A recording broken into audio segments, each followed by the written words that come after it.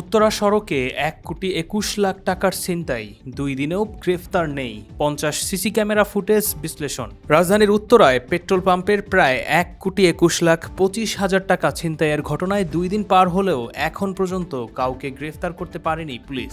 তবে ঘটনার তদন্তে অগ্রগতি হয়েছে বলে জানিয়েছেন আইন শৃঙ্খলা বাহিনী। ছিনতাই হওয়া অর্থ একটি পেট্রোল পাম্পের, যার মালিকানার সঙ্গে তাসিন আক্তার হক ডেল যুক্ত বলে সংশ্লিষ্ট সূত্র জানিয়েছে। তিনি প্রয়াত সাবেক প্রধানমন্ত্রী খালেদা জিয়ার বোন, সাবেক সংসদ সদস্য ও মন্ত্রী খুরশিদ জাহান হকের ছোট ছেলে। ঘটনার পরপরই তদন্তে নামে পুলিশ।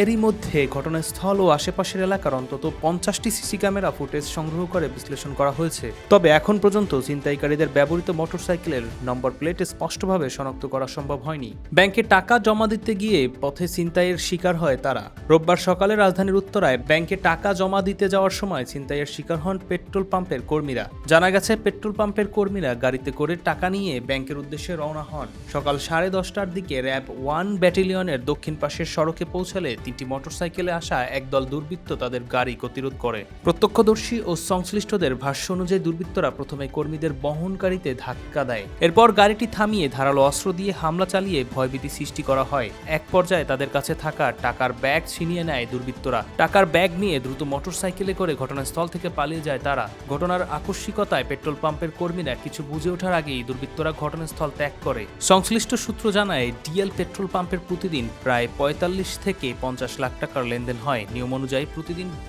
টাকা পরদিন সকালে ব্যাংকে জমা দেওয়া হয়। তবে শুক্র ও শনিবার ব্যাংক বন্ধ থাকায় ওই 2 দিনের বিক্রির টাকা রোববার একসঙ্গে ব্যাংকে জমা দিতে নেওয়া হচ্ছিল। ফলে অন্যান্য দিনের তুলনায় রোববার কর্মীদের কাছে তুলনামূলক বেশি পরিমাণ নগদ অর্থ ছিল।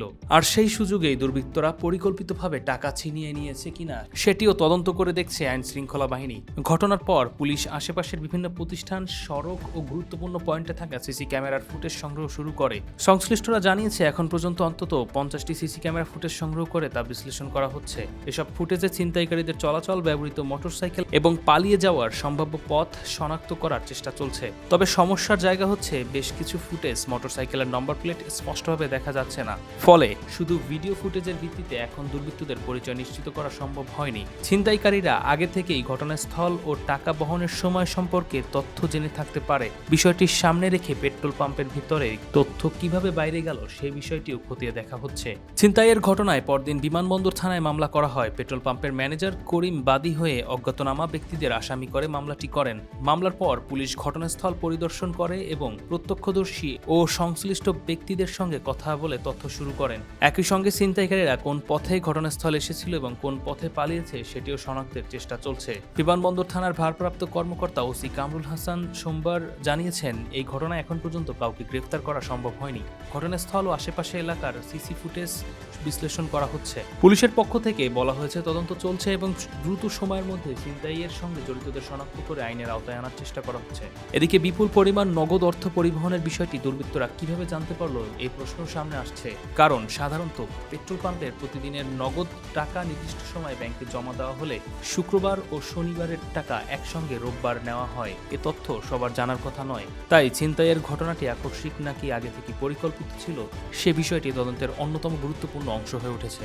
তদন্তকারীরা পেট্রোল পাম্পের কর্মীদের গতিবিধি, টাকার বহনের নিয়মিত রুট, ব্যাংকে জমা দেওয়ার সময় এবং ঘটনা আগে থেকেই জানার সম্ভাবনা দেখছেন এবং ঘটনার আগে ও পরে সংশ্লিষ্ট ব্যক্তিদের কর্মকাণ্ড খতিয়ে দেখছেন। তদন্তে এখন মূল নজর 3টি বিষয়ে। বিপুল পরিমাণ অর্থ ছিনতাইয়ের ঘটনায় তদন্তকারীদের মূলত 3টি বিষয়কে গুরুত্ব দিয়ে দেখা হচ্ছে: ছিনতাইকারীদের পরিচয় শনাক্ত করা, তাদের ব্যবহৃত মোটরসাইকেলের গতিপথ অনুসরণ করা এবং টাকা বহনের তথ্য কিভাবে দুর্বৃত্তদের কাছে পৌঁছেছিল তা বের করা। সিসি ক্যামেরার ফুটেজ বিশ্লেষণের পাশাপাশি ছিনতাইকারীরা কোন দিকে পালিয়েছে এবং পরবর্তী সময় তারা কোথায় গিয়েছিল সেই গতিপথ অনুসন্ধান করা হচ্ছে। এখন পর্যন্ত কাউকে গ্রেফতার না করা গেলেও তদন্তের অগ্রগতি হচ্ছে বলে জানিয়েছে আইন শৃঙ্খলা বাহিনী।